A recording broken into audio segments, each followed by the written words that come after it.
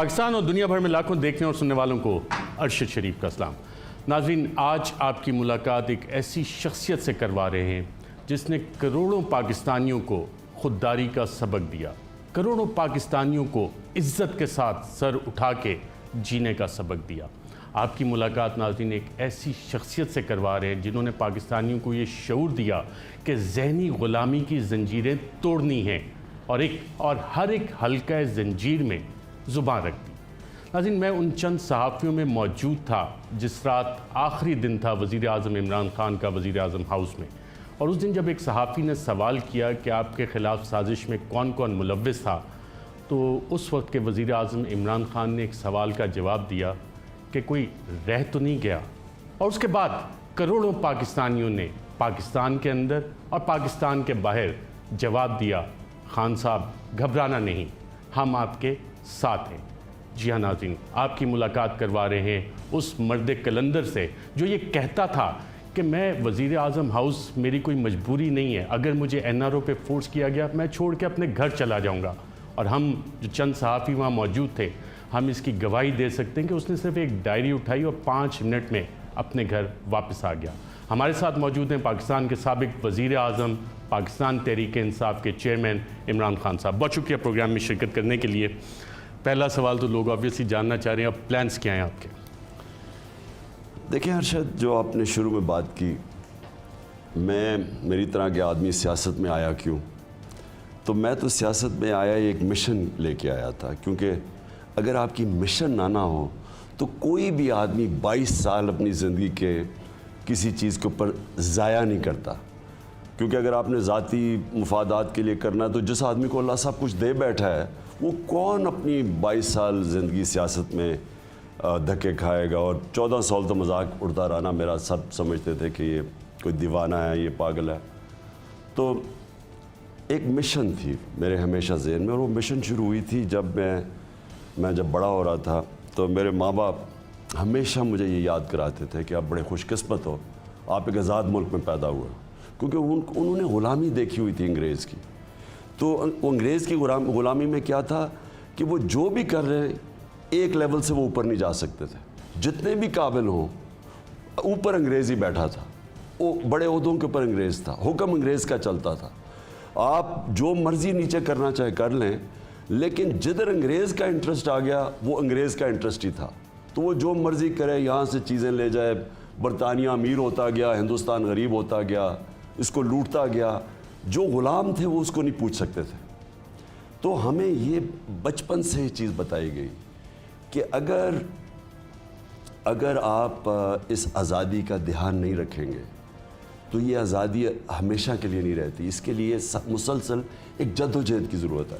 تو میں نے تو اپنی آنکھوں کے سامنے دیکھا کہ آہستہ آہستہ ہم غلامی کی طرف چلتے گئے، اور یہ خاص طور پہ یہ ذوالفقار علی بھٹو کا جب اس کا جوڈیشل قتل کیا گیا تو تب سے ایک ایکسیپٹنس ہوگی کہ جی امریکہ ہی فیصلہ کرے گا پاکستان کا، لیکن پھر بھی ضیاء الحق میں پھر بھی زیادہ میں سمجھتا ہوں کہ اس میں پھر بھی تھوڑی سی خودداری تھی، لیکن گرتے ہی گئے ہم۔ جب یہ 2 لوگوں کو چوروں کا دور آیا، یہ جو 2 ڈاکو فیملیز تھیں، زرداری اور نواز شریف جب سے آئے ہیں، ان کا صرف مقصد پیسے بنانا تھا، ان کو کوئی فکر نہیں تھی پاکستان کی خودداری کی، یہ لیٹتے ہی گئے ان کے سامنے۔ تو ہمارے سامنے رمزی یوسف کو پکڑایا، پھر احمد کانسی کو پکڑایا، وہاں احمد کانسی کے جج نے، اس کے وکیل نے، جب جج نے پوچھا کہ یہ کیوں پاکستان کو کوئی قانونی کارروائی کے بغیر آپ نے پکڑا دیا اس کو امریکہ کو، تو جج نے کہا تھا کہ پاکستانی اپنی والدہ کو بھی ڈالرز کے لیے بیچتے،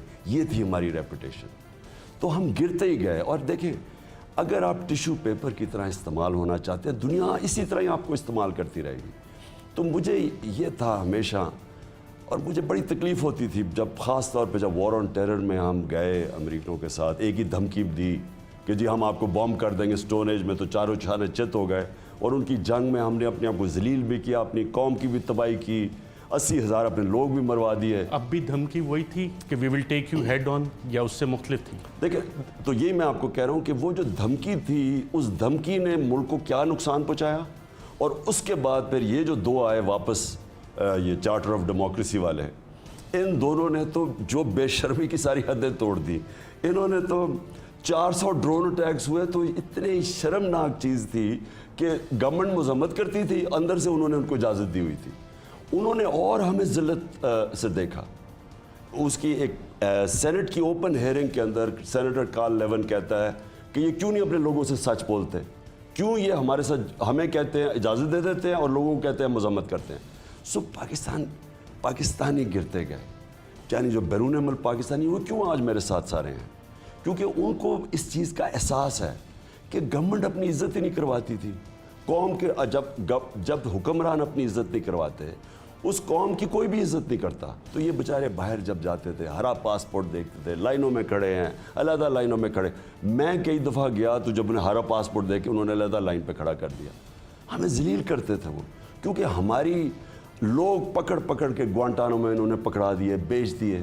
سو ہم نے کبھی اپنی عزت نہیں کروائی. ہم امریکنوں کو اتنا برا بھلا نہ کہے, ان کو تو عادت پڑی ہوئی تھی کہ ان کو ایک دھمکی دو تو یہ سارے گر جاتے ہیں. تو یہ جو اب آپ نے بات کی دھمکی, یہ دھمکی جو دی گئی, یہ بھی ایک پاکستان کی تاریخ میں ایک ایسا شرمناک واقعہ ہے کہ 22 کروڑ کے پرائم منسٹر کو وہ ایک انڈر سیکرٹری ڈونلڈ لو کہتا ہے ہمارے ایمبیسڈر کو, اور میں ایمبیسڈر کو داد دوں گا کہ اس میں خودداری تھی کہ اس نے کہا کہ اس کو ڈمارش بھیجو. اس کے بعد جو سائفر میں کہتا ہے کہ آپ ایک پرائم منسٹر کو الیکٹڈ 22 کروڑ لوگوں کو اگر آپ اس کو نہیں نکالیں گے تو بڑی کانسیکوینسز ہوں گی, اس کو ہم آئسولیٹ کریں گے, اس کو یورپ آئسولیٹ کرے گا. یعنی اس کی جرت یہ کہنے کی, اور پھر کہتا کہ جو بھی آئے گا اس کو معاف کر دیں گے. مطلب کہ ان کو پتا تھا کہ شہباز شریف آئے گا, تو پھر یہ نہیں اس نے کہا کہ جب آئیں گے تو وہ دیکھیں گے اس کی پرفارمنس کیا, اس کو جیسے آپ نکالیں گے ہم معاف کر دیں گے آپ کو. میں سوال یہاں پہ بنتا ہے کہ شہباز شریف کہتے تھے پہلے تو نون لیگ کا تھا کہ جی کوئی لیٹر ہے ہی نہیں, خود بیٹھ کے بنایا, این ایس سی کی میٹنگ چیئر کی بطور وزیر اعظم شہباز شریف نے. اس کے بعد وہ ساری چیزیں کنفرم ہوئی آپ کے خیال میں جب سیکنڈ این ایس سی ہوئی, فرسٹ این ایس سی کے بھی جو منٹس تھے وہ ری افرم کیا انہوں نے؟ دیکھیں یہ ان کی تو خیر ساری زندگی جھوٹ ہے نا. آپ سپریم کورٹ میں جھوٹ, علیحدہ قطری خط, دستاویزات پارلیمنٹ میں رکھے وہ جھوٹ, وہ مریم نواز نے کہا کلیبری فونڈ وہ جھوٹ, شہباز شریف نے جا کے گارنٹی دی نواز واپس آ جائے گا وہ جھوٹ. تو انہوں نے یہ اپنی طرح سوچتے ہیں نا, انہوں نے کہا کہ یہ جھوٹ ہے. میں نے ان کو جب وہ دکھایا, وہ ہم صرف سیکرٹ ڈاکیومنٹ ہوتی ہے, اس کے اندر کوڈز ہوتی ہیں, آپ اگر وہ میڈیا کو نہیں دے سکتے کیونکہ جب ایمبیسڈر بھیجتا ہے تو وہ کوڈڈ لینگویج میں ہوتا ہے, تو وہ اگر آپ پبلک کر دیں تو وہ پھر وہ ساروں کو پتہ چل جاتا ہے کوڈ کون سی ہے, تو اس لیے ہم پبلک نہیں کر سکے. لیکن میں ان کو کہتا رہا, پھر میں نے کیبنٹ میں رکھا, کیبنٹ میں منٹس بتائے گئے, پھر میں نے نیشنل سیکیورٹی کاؤنسل میں رکھا, سارے آرمی چیفز بیٹھے ہوئے تھے, ان سب نے اس کو دیکھا, انہوں نے کہا کہ مداخلت ہوئی ہے, اور انہوں نے یہ کہا کہ پارلیمنٹ کی نیشنل سیکیورٹی کمیٹی میں رکھا جائے. اس میں یہ بھاگ گئے کیونکہ ان کے اوپر لوگ ملوث تھے اس سازش کے اندر. یہ جو شہباز شریف اور زرداری کو پکا پتا تھا کہ کیا ہو رہا ہے, کیونکہ یہ تو 2-3 مہینے پہلے سے تیاریاں کر رہے تھے نا. یہ امریکن ایمبیسی میں جب لوگوں کو مل رہے تھے, اور یہ جن لوگوں نے ہمیں چھوڑا ان کو جب پہلے مل رہے تھے, ان سب کو تو پہلے ہی پتا تھا کیا ہو رہا ہے. لوگوں کو, ان کے عام لوگوں کو نہیں پتا تھا, عام ممبرز کو نہیں پتا تھا. تو وہ جو لوگ, ان کے لیے ہم نے کہا کہ کم از کم ان کو پتہ تو چل جائے کہ یہ ایک انٹرنیشنل سازش کا حصہ ہے ملک کے رجیم چینج کے اندر. لیکن انہوں نے کسی کو بھی ملنے نہیں دیا.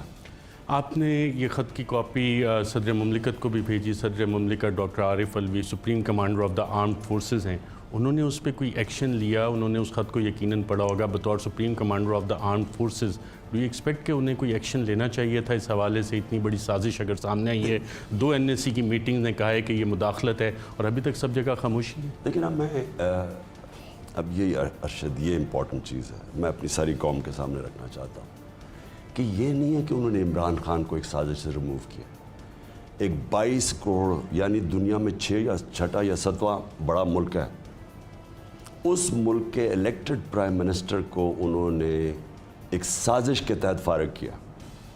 اس کے بڑے سیویئر کانسیکوینسز ہیں. اس لیے میں نے ڈاکٹر الوی کو بھی ہم نے خط بھیجا, میں نے کہا کہ آپ کو اس کے اوپر نوٹس لینا چاہیے, اور چیف جسٹس کو بھی بھیجا. دیکھیں اس کے کانوٹیشنز کیا آ گئے. سب سے بڑی بات یہ ہے کہ کون سے ملک کا پرائم منسٹر جب اگلی دفعہ اس کو دھمکی ملے گی کہ کہو جی آپ ہماری نوکری کرو, کون سا پرائم منسٹر کھڑا ہوگا؟ وہ اپنی کرسی بچانے کے لیے ساری باتیں مان جائیں گے، جس طرح مشرف نے بھی مان لیا. مشرف سے NRO جو دلوایا گیا وہ کونڈالیزا رائس نے بروکر کیا تھا بیچ میں، امریکن سیکرٹری آف اسٹیٹ نے. اس نے جا کے اس نے اپنی کتاب میں بڑے لکھا ہوا ہے کہ میں نے ان کو اکٹھا کیا بے نظیر اس کو. تو یہ جو ہمارے اوپر یہ جو چور مسلط ہوئے تھے یہ بھی دھمکی کے مشرف کی جو سیکنڈ اس کو امریکن نے دھمکی دی تھی، پہلے جنگ میں شرکت کرو اور اس کے بعد ان کو NRO دو. تو اب میں یہ پوچھ رہا ہوں کہ اگر یہ کامیاب ہو جاتے ہیں، یعنی یہ جو ان کا پلان ہے اور ان کو بٹھا دیا اوپر، تو اس کے بعد کون سٹینڈ لے گا؟ Supreme commander of the armed forces, the president of Pakistan, انہوں نے اس پہ ابھی تک کوئی ایکشن کیوں نہیں لیا؟ کیا وجہ ہو سکتی؟ میں نے ان کو بھی لیٹر لکھا ہے اور میں نے ان کو کہا ہے کہ اس کے اوپر آپ ڈسکس کریں لیگل ٹیم سے، اس کے اوپر کیا ایکشن لینا چاہیے. آپ نے ڈپٹی اسپیکر نے یہ خط سیلڈ انویلپ میں honourable chief justice of Pakistan کو بھی بھیجا. اس حوالے سے آپ کی پارٹی کا کوئی ارادہ ہے کہ جس طرح نواز شریف صاحب میمو میں خود کالا کوٹ پہن کے گئے تھے، آپ سپریم کورٹ آف پاکستان میں کوئی اپلیکیشن فائل کریں کہ اس پہ باقاعدہ ایک جوڈیشل کمیشن بنایا جائے؟ دیکھیں، اب سارے اداروں کو بھی دیکھنا چاہیے کہ یہ اتنا بڑا ایک ملک کے اوپر دھچکا پڑا ہے. یہ بالکل وہی ہوا ہے جو پرائم منسٹر مصدق تھے ایران کے، بالکل وہ ہوا. آپ کو پتہ ہے ایران کی ڈیموکریسی کبھی ریکور نہیں کی اس سے. اس دن کے بعد آپ دیکھ لیں کہ ایران سے ہوا کیا، ڈکٹیٹرشپ آ گئی اور اس کے بعد پھر انقلاب آیا. ان کی کبھی ڈیموکریسی ریکور نہیں کی جو انہوں نے یہ CIA بیکڈ کو کیا تھا. اب یہ جو انہوں نے کیا ہے یہ ایک فیصلہ کن وقت ہے پاکستان کی تاریخ میں. ایک الیکٹڈ گورنمنٹ کو انہوں نے گرایا ایک پوری سازش کے تحت. اب اگر اس کے اوپر کوئی ایکشن نہیں لیا جائے گا اور اسی طرح یہ کامیاب ہو جائیں گے چوروں کو اوپر ہمارے مسلط کر کے اور یہ حکومت چلتی جائے گی، اگر یہ کامیاب ہو جاتی ہے تو پھر یہ سمجھ لیں کہ جو ہماری جمہوریت کو نقصان ہوگا آگے اس کا کتنا ہماری آنے والی نسلوں کے اوپر کیا امپیکٹ جائے گا. کیا ہم اپنے آپ کو ایک آزاد ملک بن کے رہ سکیں گے؟ کیا ہمیشہ ہم یہی لائف سپورٹ مشین پہ رہیں گے، ہم بیگرز بنے رہیں گے؟ تو اس کا تو یہی مطلب ہے نا. اصل میں یہ فیصلہ کن وقت ہے، یا ہم نے ایک آزاد ملک بن کے رہنا ہے اور یا پھر ایک غلام ملک جو یہ 30-40 سال غلامی کرتے آئے ہیں اور دنیا میں ذلت ہے. کوئی عزت نہیں ہے غلاموں کی. آپ اگر اس طرح کی ہاتھ پھیلا کے اور اس طرح ان کے سامنے گھٹنے ٹیکے رکھیں، دنیا عزت نہیں کرتی اور دنیا کو سب کچھ پتہ ہوتا ہے. میں آپ کو یہ بتاؤں کہ یہ جب میں انڈیپینڈنٹ فارن پالیسی کہہ رہا تھا، میں نے کبھی کسی کی مخالفت نہیں کی. میں اینٹی امریکن نہیں ہوں، کسی ملک کا اینٹی نہیں ہوں، کیونکہ ملک میں مختلف قسم کی سوچ ہوتی ہے. امریکہ کے اندر اگر ان کو یہ پتہ چل جائے کہ ڈونلڈ لو نے کس تکبر سے بات کی ہے ایک 22 کروڑ لوگوں کے پرائم منسٹر کے خلاف، اگر امریکہ میں چیزیں سامنے آ جائیں، کیونکہ ہمارے خود ڈرتے ہیں ان کو بتانے سے، اگر ان کے سامنے آ جائے، میں آپ کو یقین دلاتا ہوں کہ ان کو بائیڈن ایڈمنسٹریشن کو اس کو ہٹانا پڑے گا اس آدمی کو. لیکن ان میں کسی میں جام ہی نہیں ہے. اب یہ جو بوٹ پالش، یہ جو ہمارا چیری بلاسم ہے، اس کی ضرورت ہوگی کرنے کی اس کے پاس، اور جن کے پیسے پڑے ہوئے ہیں، ان کے اربوں ڈالر باہر پڑے ہوئے ہیں. ارشد، یہ یاد رکھنا، جن کے پیسے ملک سے باہر پڑے ہوں اور وہ ثابت نہ کر سکیں گے پیسہ آیا کدھر سے، وہ کبھی سٹینڈ نہیں لے گے ان کے سامنے. آپ نے ایران کا ذکر کیا، پاپولرلی الیکٹڈ پرائم منسٹر مصدق کا، خبریں بھی ہیں، ریسرچ ہے اس پہ کہ کولڈ وار کے بعد 72 ممالک میں اوورٹلی یا کوورٹلی امریکہ نے رجیم چینج کی، اور کوورٹلی جہاں جہاں رجیم چینج کی اس کے ان ممالک میں بڑے ڈیزاسٹرس کانسیکوینسز آئے، کئی جگہ پہ سول وار بھی. کیا ہم لوگوں کو یہ احساس ہے کہ اس رجیم چینج کے پاکستان میں بھی خدا نخواستہ اس طرح کے کانسیکوینسز تو نہیں آ سکتے؟ دیکھیں ارشد، جو امریکہ رجیم چینج کرتا ہے وہ کس لیے کرتا ہے؟ وہ ہمارے فائدے کے لیے تو نہیں کرتا، وہ اپنے فائدے کے لیے کرتا ہے. وہ بیسکلی ایک ملک کو استعمال کرنا چاہتا ہے. یہ ساری دنیا کی سپر پاورز یہ چاہتی ہیں. جو خوددار قومیں ہوتی ہیں نا، وہ اپنے انٹرسٹ کے لیے کھڑی ہو جاتی ہیں.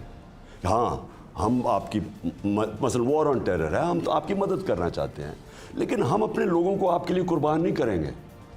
یہ خوددار قوم کرتی ہے. آپ جب اپنے ملک کے انٹرسٹ، اپنے لوگوں کو قربان کرنا شروع کر دیتے ہیں کسی اور کے لیے، یہ یاد رکھیں کہ وہ ملک پھر ایک سیدھا نیچے جانا شروع ہو جاتا ہے، کیونکہ اس کے بڑے کانوٹیشنز ہیں. اب جو بھی یہ پتلے بٹھا دیے اوپر لا کے، یہ جو سارا 20-25 سال ایک دوسرے کو چور کہتے تھے اور کرپٹ کہتے تھے اور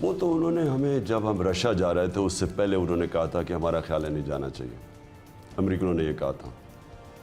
اور وائٹ ہاؤس بھی اس میں انوالو تھا, وہاں سے بھی ڈائریکشنز تھیں؟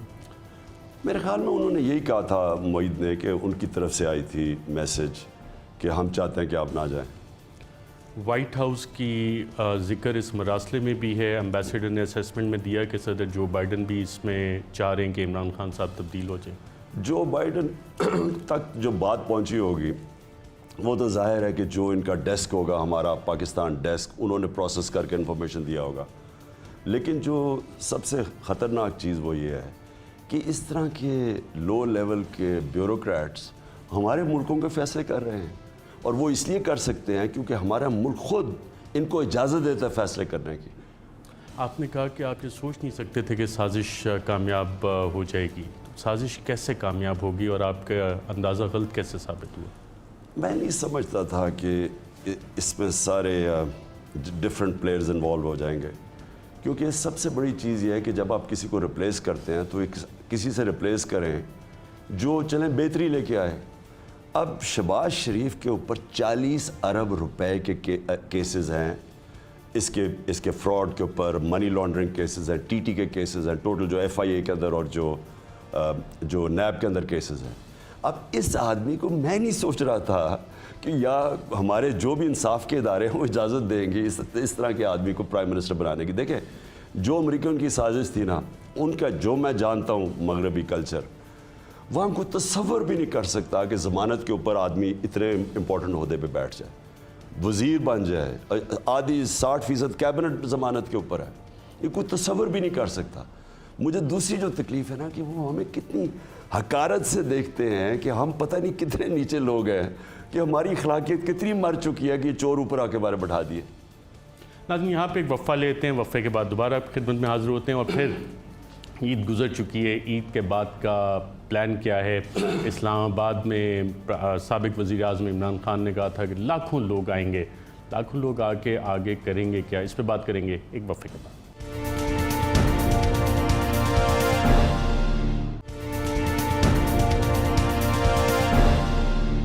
ویلکم بیک ناظرین, ہمارے ساتھ موجود ہیں سابق وزیر اعظم اور پاکستان تحریک انصاف کے چیئرمین عمران خان صاحب. آپ نے کہا تھا عید کے بعد اسلام آباد کتنے لوگ لے کے آئیں گے اور پلان کیا ہے اس حوالے سے؟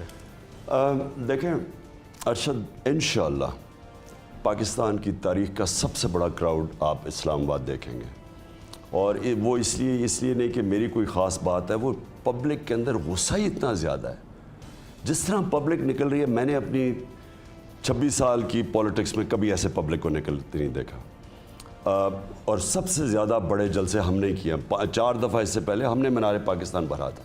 لیکن جو اس باری مینار پاکستان میں لوگ ہیں میں نے کبھی ایسے نہیں دیکھے, جو خود ہی لوگ نکلے ہیں. یعنی ہم کال دیتے ہیں سیٹرڈے کو, خود ہی پبلک آ جاتی ہے, ایسے کبھی پبلک نہیں نکلی.